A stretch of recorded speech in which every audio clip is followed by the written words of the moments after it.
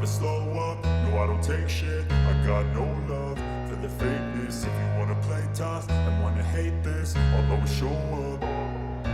I don't ever slow up, no I don't take shit. I got no love for the fakeness. If you wanna play tough and wanna hate this. Lo que todos estábamos esperando de UFC 285 era el regreso de Jon Jones. Sin embargo, hubo peleones tan interesantes como el de Jeff Neal contra Rakhmonov. Una pelea buenísima en la que Rakhmonov demostró una resistencia brutal y tener madera para poder ser campeón en un futuro no muy lejano, sin menospreciar a Jeff Neal, que dio una gran presentación. O el de Bo Nickal contra Jamie Pickett, con la victoria del Chimaev gringo, que me impresiona que haya empezado desde cero en MMA viniendo de lucha y en 2 años llegar a la UFC. Habrá que seguir su carrera. O la tremenda sorpresa que dio Alexa Grasso al llevarse el cinturón, el tercer cinturón para México, en contra de una Valentina Shevchenko que parecía imbatible en la división. Se dijo que fue más error de Valentina Shevchenko, pero en la realidad, como lo demostró después el equipo de Alexa, fue que la analizaron, la estudiaron y la entrenaron hasta que se dio la situación perfecta para usarla durante el combate. He de decir que estaba haciendo una pelea muy pareja hasta ese momento. Muy bien por Alexa Grasso, por su equipo y por México. Ahora sí, volviendo con Jones. Antes de la pelea, Jones se mostraba bastante confiado. Hablaba de su lucha y de las carencias que tenía Ciryl Gane en este campo. Recalcaba que esto iba a ser un factor determinante dentro de su combate. Por su parte, las declaraciones más memorables de Ciryl Gane era que no estaba entrenando lo suficiente, que se sentía un vago. Algo que de ser verdad le habría costado el combate. Había muchas dudas respecto a lo que Jones podría llegar a ser, o incluso el resultado del combate. La realidad es que Jones venía de 3 años de inactividad y 2 últimos combates que habían dejado mucho de qué desear a sus fanáticos. Es más, podríamos decir que en sus últimas 3 peleas habíamos visto un declive en su carrera. Hay que hablar un poquillo de sus 2 últimos combates, uno contra Thiago Santos, que le dejó las rodillas a Santos vueltas pedazos gracias a las patadas oblicuas, una pelea tan cerrada que le dio a Jones la primera decisión dividida de su carrera, incluso dejando a gente pensando que había ganado Thiago Santos. Luego viene la pelea contra Dominic Reyes, que también fue bastante cerrada y aún con una decisión unánime hubo gente que pensó que Dominic Reyes había ganado el combate. En ninguno de estos pudimos ver la lucha de Jones brillar. Fueron más demostraciones de striking en las que ambos, tanto Santos como Reyes, llevaron a Jones a su límite y aún perdiendo hacían que Jones no luciese bien. Y en este caso contra Ciryl Gane, además tendría que subir de división. Y no solamente enfrentar a un pesado natural, sino a uno que ha peleado recientemente y es uno de los mejores strikers de la división, con bastante cardio, movilidad, fight IQ y creatividad. De hecho, hay quienes piensan que es el futuro de la división. Lo normal sería pensar que Gane tuviese mucha ventaja. De Ciryl Gane hay que mencionar que por alguna razón no le veía bien de ánimo en sus entrevistas. Usualmente tiene una actitud tranquila, pero en esta ocasión se le veía incómodo dando esas entrevistas, especialmente cerca del día de la pelea. Sabemos que Gane no es un tipo que le encanta el trash talk, que no se enfrenta mucho a sus contrincantes con palabras, pero en esta ocasión hubo algo que hacía que Ciryl no tuviese tanta presencia como antes, aunque puede que haya sido cosa mía.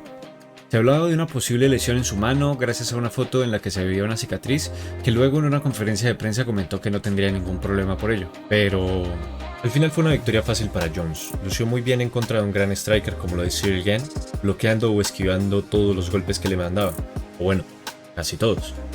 Derribando, anulando con su peso y mejor lucha a Gane, encajando una guillotina y finalizando antes del primer round, dando una de las actuaciones más dominantes de toda su carrera y dejando a un muy frustrado Ciryl Gane sin haber mostrado ni una de sus habilidades, cumpliendo con lo que decía antes del combate. Pero yo tengo ciertos conflictos con esta victoria. Es verdad que se vio muy dominante, pero yo quería ver un poco del Jones anterior. Tal vez no los 5 asaltos completos, pero sí quería ver esos codos giratorios, striking de larga distancia, ese alcance que parece hasta abusivo de Jon Jones, y luego sí que lo sometiese. Pero algo que no podemos negar es que después de UFC 285, Jon Jones se convierte en el mejor peleador de toda la historia de la UFC, el GOAT, Greatest of All Time. Jon Jones es el GOAT por estas razones. Debuta a sus 20 años en la UFC y empieza a ganarle a peleadores consagrados.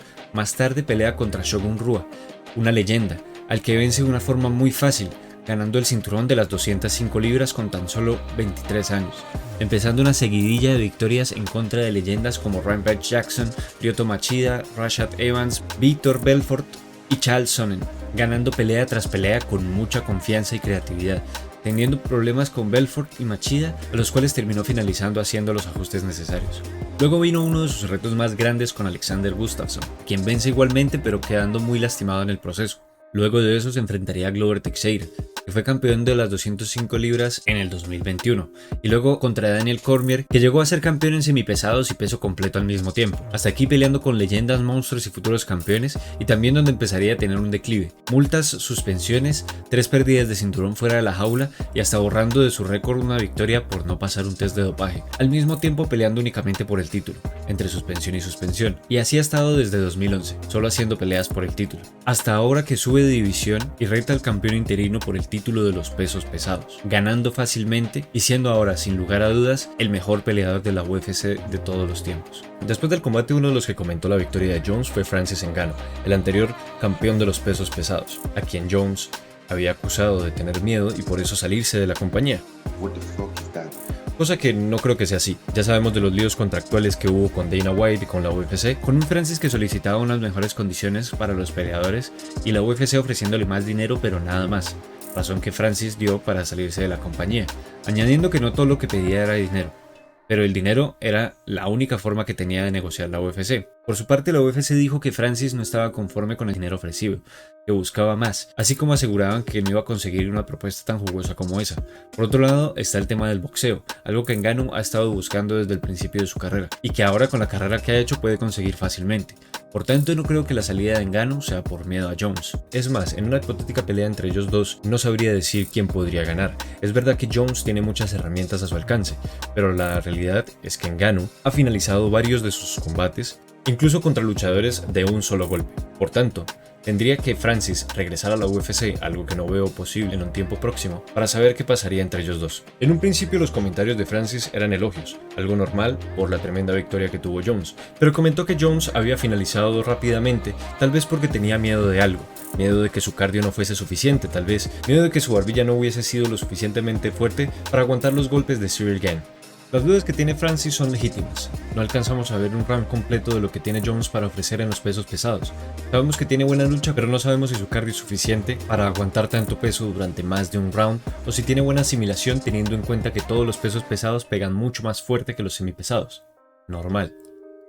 Su siguiente combate es contra Stipe Miocic, que después de ese knockout en la pelea contra Ngannou, muchos pensaban que se iba a retirar, así que no vería tan impresionante una victoria de Jones contra Miocic. La idea de Jones es ganarle al considerado mejor peso pesado de la historia de la UFC, puede que sea la pelea de despedida para Miocic.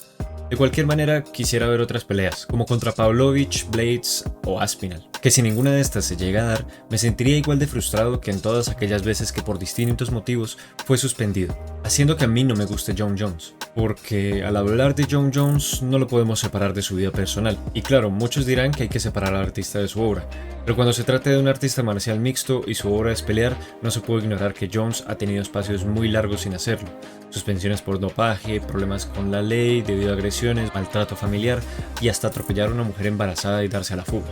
Con cada problema una suspensión, privándonos de posibles combates, como en este momento en el que Dana White le explica a Daniel Cormier que no podrá pelear contra Jones por una suspensión por dopaje. Definitivamente Jon Jones no es un modelo a seguir. Por suerte Jones, después de haber pasado por lo que él mismo causó, haciendo que su familia, amigos y hasta su propio gimnasio le diesen la espalda, ha podido recuperarse. Después de lo de su gym, Henry Cejudo le ofreció apoyo, y desde entonces parece que Jones ha estado enfocado en regresar a su carrera. Y sí que hemos visto cambios. Justamente con Daniel Cormier tenía una rivalidad bastante fuerte. Cada vez que estaban frente a frente algo pasaba, al punto de obligar a la UFC a meter más seguridad a sus eventos, siempre con insultos y amenazas de por medio.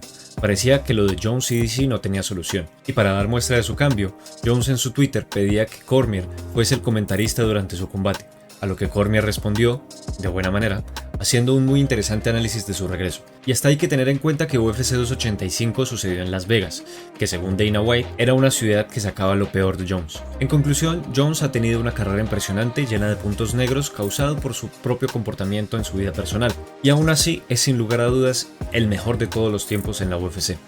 Vaya, es la cabra. Quisiera verlo competir más, tal vez no con las mismas ganas que tengo de verlo perder, que después de tantos años acabando con la competencia y hasta con su propia carrera, siempre he tenido ganas de verlo perder.